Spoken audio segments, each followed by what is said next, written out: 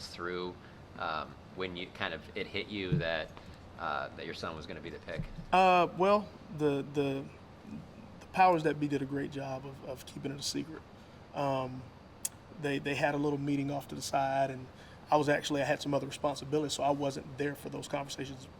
Organically, I wasn't there, so I didn't think all of a sudden they're not around or anything like that. So the surprise that you see on tape is really surprise. They did a great job because when I came back in, I kind of got summoned. Hey, our pick's almost up. Come on, let's talk about a couple guys. When I come in, they are talking about a couple guys. They're not talking about Deuce, and so one part of me, wants to say, he's the guy that's left on the board is kind of our highest rated guy right now, but I'm also a professional. So, I sat back and we started talking about a couple guys, and I start talking about the guy we're talking about, at that time and his attributes and things he does well. And in my mind, I've kind of moved on, and I'm also thinking, okay, well, who's coming in the draft next that might need a running back? So, I have no clue. And then we kind of, we talk about the couple players we're considering, and then we stop talking, and so in my mind, we're going to take so-and-so player, and then Mr. Jones kind of, it's kind of quiet, and then Mr. Jones kind of goes into, what he said at the time, and it still didn't register. It was like it was a joke that everybody was in on except for me. And so, at that point, it was kind of like, you want me to turn the card? Like he said, well, you can turn the card in for, and I was like, that's kind of weird, like, because it wasn't registering. Yeah. And then, so when it did, all the emotions came out, at that point. It's really an emotional time. It's hard for me to explain how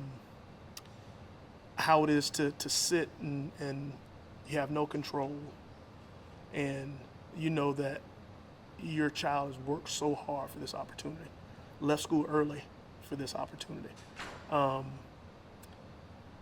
and you have no control. And we had a conversation. I didn't speak with him. I didn't talk to him last night. I called him at the end of the night, told him, hey, tomorrow will be a great day. So I didn't call, while the draft was going on, and I did not call him today. I didn't want to put extra pressure on him. I didn't want to call because I wanted to keep his phone free. So I was, relaying information through my wife, and through his position coach from college was there. And so, fifth round comes around, and I kind of text, how's he doing there? He's doing good. And then so, start of the sixth round starts, and I text, how's he doing? And my wife's text was a little different, so I can kind of tell, okay, she's asking me now, how am I doing? I'm saying I'm okay. I'm really not. I'm sitting in there watching these names come off the board, and that's when the dad and you starts kind of comparing the names that's coming off, and like, deep down inside, my boy's better than that guy. My Yeah. boy's better than that guy. And so you're trying to stay professional because I understand how it works, but you're also a dad. And so sitting there, he calls me. I didn't call him, he calls me. And around the sixth round, that's usually when you start kind of, thinking about, teams will start calling us. We've got a couple picks left, but if we really like you, and if you end up being a free agent, we'd love for you to, come here. And so there was a couple teams that had reached out to him, like, hey, if you don't get drafted, we'd love to have you here as a free agent, as prior to free agent. And I think that was the first time that my son's always been short. He's never been a tall guy, and that's been a superpower for a long time. People will say, well, if he was a little bit taller, I say, well, if he was, he might not be the same person, right? The same drive, the same mentality, the same want, the same thing that you can't put a grade on, a number on, might not be the same. I see a lot of those guys all the time. It's got all the traits, and don't have that. So for a guy like him, this was the first time. So we've talked about this since he was young. That's my superpower, is that I am undersized. And for the first time, he calls me, and his voice is cracking, and it's almost like he's realizing, like, I might not get drafted. And it's really the first time where I heard him in his voice, in the way he talked, that my height might have caught up to me. Like, I might not be able to overcome this, as far as getting drafted. And it's the first time he's crying. He's got a house full of people there. So there's disappointment. There's a level of, it's a weird it was weird because it was almost like he was apologizing for not getting drafted and kind of reassuring me, which is, that's devastating for a parent, for them to, you can feel the pain and they're saying it's going to be all right. And if I don't, I've got a place to go because I've talked to this guy and this guy. And I'm going into dad mode, and that's right. This is, this has been the way we've done it. I'm having a lot of flashbacks to the recruiting process, taking trips and knowing that I've got a really good player with me. And, coach is coming up and, hugging the wild guy that walks in the front door. And, it's almost an after point, like, okay, when they watch the tape, they're like, whoa, I didn't know. And I'm, like, yeah, he just happens to be in this package. So all those things start coming back, and I'm emotional because I'm pumping him up like, don't you worry about anything. When we start playing football, everything will take care of itself. When we start playing football, that's all we've ever asked for is an opportunity for you to go play. And usually that always takes care, it always has. And so I'm giving him that spiel, and then, I get off the phone with him, and so I'm kind of wiping my eyes because I'm emotional at this time. And then they kind of say, well, hey, our pick's coming back up, come on back in. So I come back in, and that's kind of how everything's. So, I go from that emotional roller coaster to, Mr. Jones asking me to, turn his card in. And so that emotional swing is something I can't, it's unbelievable. Have you made a better phone call? No. Best one I ever made. It's the best one I ever made. I told somebody, he's the hardest worker I know. I just happen to be his dad. And it's really refreshing to see that that's what this league is made of guys that have something that you can't put a measurement on. And, that's what he's always been. I expect him to be that when he gets his opportunity that he's earned as a player and just doing it the right way. So, I'm really excited. I'm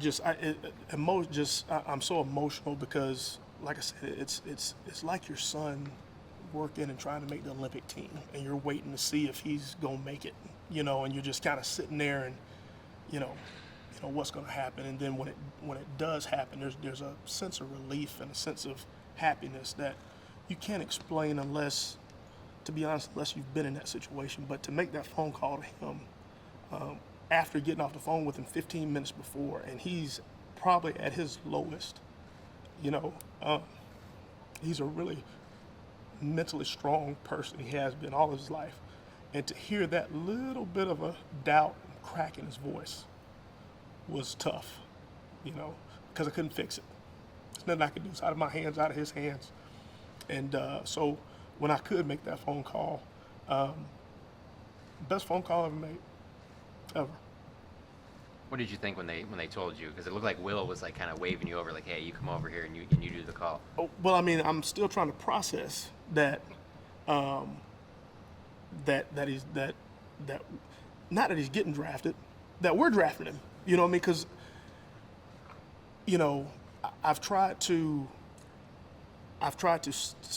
I have not advocated for him, which is conflicting as a dad.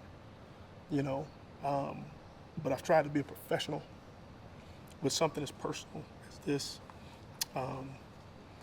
And so, even like I said, when we came into the meeting, he's the highest rated guy we got, but I couldn't bring myself to say, hey, let's look at that guy here, right? Because he's the highest graded guy on our board right now. Because I wanted whoever to take him because he was, if he was Deuce Johnson, not Deuce Vaughn, and Dad worked here at this organization, I wanted our organization to say, this is a guy that we want here because we have a plan for him, and we think he's going to be successful here. And I'm very fortunate to be in a situation with the Joneses and Will McClay that made it easy on me, something that was very hard and very difficult. As easy as it could be, didn't put me in tough situations to answer tough questions that I'd be conflicted about. When you say, who's your favorite person in the draft? Well, I can lie, right? but it just happens to be that little guy that played at Kansas State, right? I mean, I know him in and out. I sleep with that kid's mom, you know, so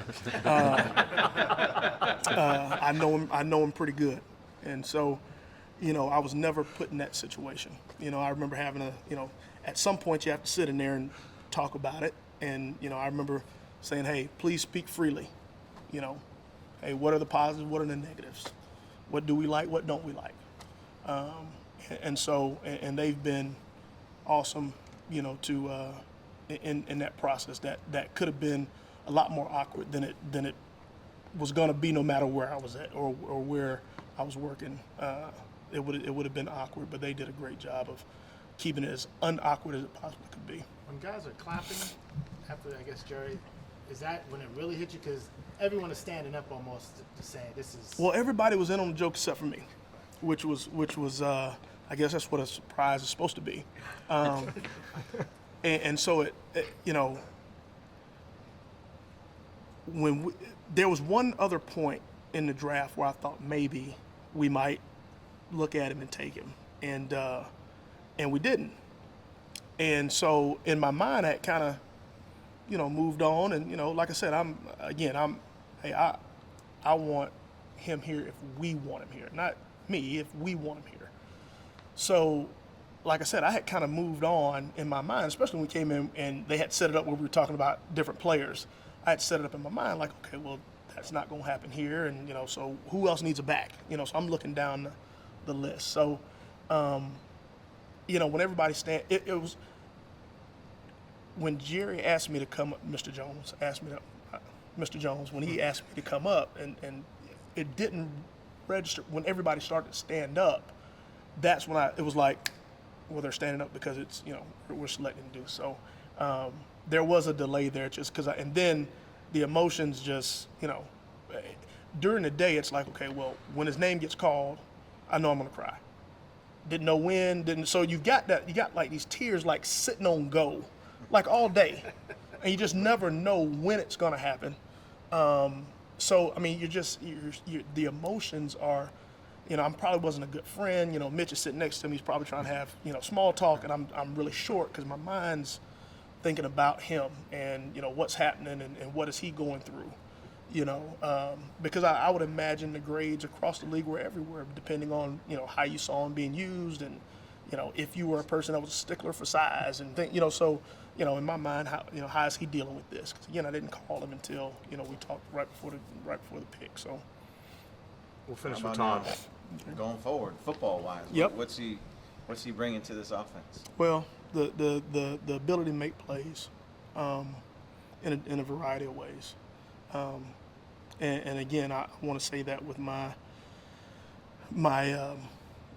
evaluator cap on, you know, he can make plays a couple different ways. He's demonstrated that. The thing I'd say is you don't have to play him necessarily differently, you know, because he is a smaller guy. You know, his biggest runs were inside, downhill runs, you know, as opposed to always using them in space or always using them outside. I'm not trying to be the coach here when I say that, but what I'm saying is, you know, he's going to come give everything he's got. He's going to wear the coaches out as far as, you know, you want to meet, you want to watch, you want to talk, he loves everything about the process. So he's going to bring a unbelievable work ethic and a passion for the game, passion for the process, not just playing on Sundays now, but not just playing, but the process. He loves everything about the X's and O's and preparing and watching tape. And so that's what he brings, and a person that's eager for the opportunity to show exactly what he can do with, you know, the doubters around the league. Not in this building because we took him, but the other 31 teams. That'll be a natural chip on his shoulder and wanting to show and prove that he can do it at this level just like he did at the college level. Awesome. Cool. Thank you. Thank you very much.